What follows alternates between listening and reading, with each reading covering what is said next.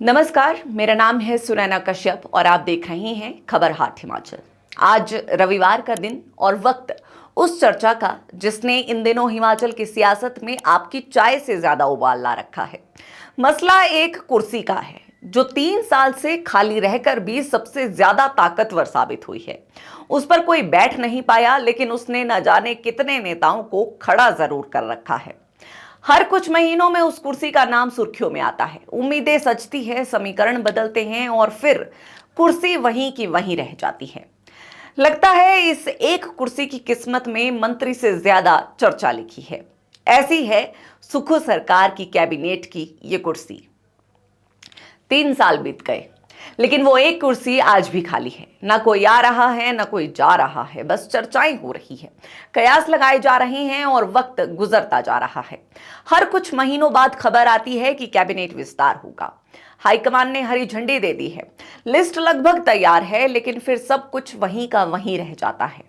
अब एक बार फिर ये कहानी नए मोड़ पर खड़ी है। कांग्रेस की प्रदेश प्रभारी रजनी पाटिल ने साफ संकेत दिए हैं कि 16 और 17 जुलाई को धर्मशाला में होने वाली कांग्रेस की पॉलिटिकल अफेयर्स कमेटी की बैठक में प्रदेश मंत्रिमंडल में थोड़ा बदलाव करने पर चर्चा होगी।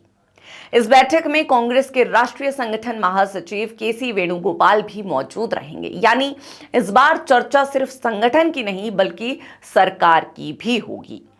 ऐसे में सवाल उठना लाजमी है कि क्या इस बार सचमुच कुछ बदलेगा या फिर यह भी पिछली बारी की तरह सिर्फ चर्चा बनकर रह जाएगी। देखिए, हिमाचल में मुख्यमंत्री समेत कुल 12 मंत्री बनाए जा सकते हैं, लेकिन सुक्खू सरकार ने शुरुआत से ही एक मंत्री पद खाली रखा है।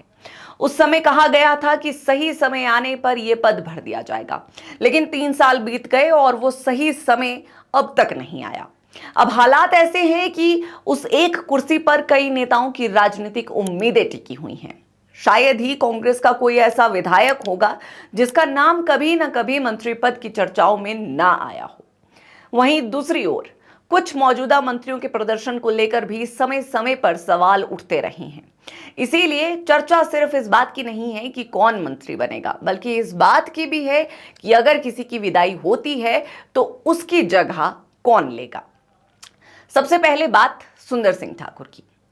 उनका नाम इसलिए सबसे ज्यादा चर्चा में रहता है क्योंकि मुख्यमंत्री सुखविंदर सिंह सुक्खू खुद कई मौकों पर उनके मंत्री बनने के संकेत दे चुके हैं। लेकिन संकेतों और नियुक्तियों के बीच का सफर शायद हिमाचल की राजनीति में सबसे लंबा होता है। जैसे कई सरकारी घोषणाएं सालों तक फाइलों में घूमती रहती है, वैसे ही सुंदर सिंह ठाकुर के मंत्री बनने की चर्चा भी हर बार उठती है और फिर ठंडी पड़ जाती है। मुख्यमंत्री के सबसे करीबी नेताओं में गिने जाने वाले संजय अवस्थी का नाम भी लगातार चर्चा में रहता है। पहले मुख्य संसदीय सचिव यानी सीपीएस रह चुके संजय अवस्थी को संगठन और सरकार दोनों में सक्रिय नेता माना जाता है। जब भी संभावित मंत्रियों की लिस्ट बनती है, उनका नाम लगभग हर लिस्ट में दिखाई देता है। इसीलिए अगर इस बार कैबिनेट विस्तार होता है तो उन्हें नजरअंदाज करना आसान नहीं होगा। इसी तरह फतेहपुर से विधायक भवानी पठानिया और ज्वालामुखी से विधायक संजय रतन भी लंबे समय से मंत्री पद के प्रबल दावेदार माने जाते हैं और क्षेत्रीय संतुलन की राजनीति में भी उनके नाम की चर्चा होती रही है। लेकिन दिक्कत यह है कि दावेदार 4 हो, 5 हो या 10, खाली कुर्सी तो सिर्फ एक ही है। हालांकि नगर निगम चुनावों के बाद एक और नाम काफी मजबूती से उभर कर सामने आया और वो है पालमपुर के विधायक आशीष बुटेल। इसकी वजह सिर्फ उनकी व्यक्तिगत राजनीतिक सक्रियता नहीं है, बल्कि पालमपुर नगर निगम का चुनाव परिणाम भी है। जब मंडी, धर्मशाला और सोलन में कांग्रेस को राजनीतिक झटका लगा और विपक्ष ने इन नतीजों को सुक्खू सरकार के खिलाफ जनादेश बताने की कोशिश की, तब पालमपुर नगर निगम कांग्रेस के खाते में गया। राजनीतिक विश्लेषकों की नजर में यह जीत कांग्रेस सरकार के लिए राहत लेकर आई और कई लोगों का मानना है कि इस नतीजे ने उस समय सुक्खू सरकार की कुछ हद तक राजनीतिक साख बचाने का काम किया। ऐसे में अगर कैबिनेट विस्तार में राजनीतिक प्रदर्शन और चुनावी योगदान को भी महत्व दिया जाता है तो आशीष बुटेल का नाम भी मजबूत दावेदारों में शामिल हो सकता है। लेकिन यहां चर्चा इस बात की भी है कि क्या कुछ मौजूदा मंत्रियों के विभाग बदले जाएंगे या फिर किसी मंत्री की छुट्टी भी हो सकती है। अब जब हाईकमान सरकार और संगठन दोनों की समीक्षा करने पहुंच ही रही हैं, तो इसका मतलब सिर्फ औपचारिक बैठक तो नहीं मानी जाएगी। जाहिर है सरकार के कामकाज, जनता के बीच उसकी छवि, विधायकों की नाराजगी और आने वाले चुनावों की रणनीति, सब कुछ एक साथ देखा जाएगा। रजनी पाटिल ने भी अपने बयान में सिर्फ कैबिनेट बदलाव की बात नहीं की, उन्होंने सरकार और संगठन के बीच बेहतर समन्वय पर भी जोर दिया, क्योंकि पिछले कुछ महीनों में कांग्रेस को बेहद पथरीले रास्तों से होकर गुजरना पड़ा। कई मौकों पर अपनों ने ही सरकार पर उंगलियां उठाई। देखिए, कैबिनेट विस्तार जब होगा तब होगा, लेकिन उससे पहले सवाल जरूर है कि क्या ये फेरबदल सरकार की छवि बदल पाएगा।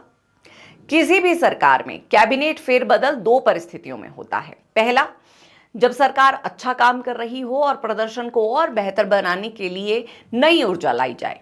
दूसरा, जब सरकार को यह महसूस होने लगे कि कुछ विभाग अपेक्षित प्रदर्शन नहीं कर रही हैं, जनता में नाराजगी बढ़ रही है और चुनावी संदेश देना जरूरी है। हिमाचल की मौजूदा परिस्थितियों को देखें तो दूसरा कारण ज्यादा मजबूत दिखाई देता है। पिछले कुछ महीनों में हिमाचल सरकार लगातार कई विवादों में घिरी रही। कभी आर्थिक संकट की चर्चा हुई, कभी कर्मचारियों के डीए और एरियर का मुद्दा उठा, कभी कर्ज लेने पर विपक्ष ने सरकार को घेरा, कभी मुफ्त योजनाओं के क्रियान्वयन पर सवाल उठे। कई बार सरकार ने फैसले लिए और बाद में उन्हें वापस लेना पड़ा। इससे विपक्ष को यह कहने का मौका मिला कि सरकार फैसले लेने में स्पष्टता नहीं दिखा पा रही। ऐसे माहौल में अगर कांग्रेस संगठन कैबिनेट में बदलाव की बात कर रहा है तो इसका राजनीतिक संदेश काफी बड़ा है। लेकिन संभव बदलाव के बाद भी अगर वही नीतियां रहे, वही कार्यशैली रहे और केवल चेहरे बदल जाएं, तो जनता पर उसका असर सीमित रहता है। और अगर फेरबदल के साथ फैसले लेने की गति बढ़े, योजनाओं को बेहतर तरीके से लागू किया जाए, सियासी मुद्दों पर तेजी दिखे और संगठन को सक्रिय किया जाए, तब उसका राजनीतिक लाभ मिल सकता है। अब निगाहें 16 और 17 जुलाई को धर्मशाला में होने वाली बैठक पर है। क्या इस बार सचमुच कैबिनेट विस्तार होगा? क्या सिर्फ विभाग बदलेंगे या कुछ नए चेहरे भी सरकार में शामिल होंगे? क्या किसी मौजूदा मंत्री की विदाई होगी या फिर एक बार फिर सिर्फ चर्चाएं होंगी? सूचियां बनेगी, नाम उछलेंगे और वो एक खाली कुर्सी अगले कुछ महीनों तक फिर किसी नए सही समय का इंतजार करती रहेगी। इन तमाम सवालों में फिलहाल कांग्रेस भी उलझी है और सियासत में रुचि रखने वाले आम जनता भी। फिलहाल इन सवालों के जवाब किसी के पास नहीं है, लेकिन इतना तय है कि धर्मशाला की बैठक सिर्फ एक संगठनात्मक बैठक नहीं, बल्कि सुख सरकार की राजनीतिक दिशा तय करने वाली बैठकों में से एक मानी जाएगी। अब देखना यह है कि वहां सिर्फ मंथन होता है या फिर मंथन के बाद सचमुच कोई राजनीतिक अमृत भी निकलता है। आपको क्या लगता है?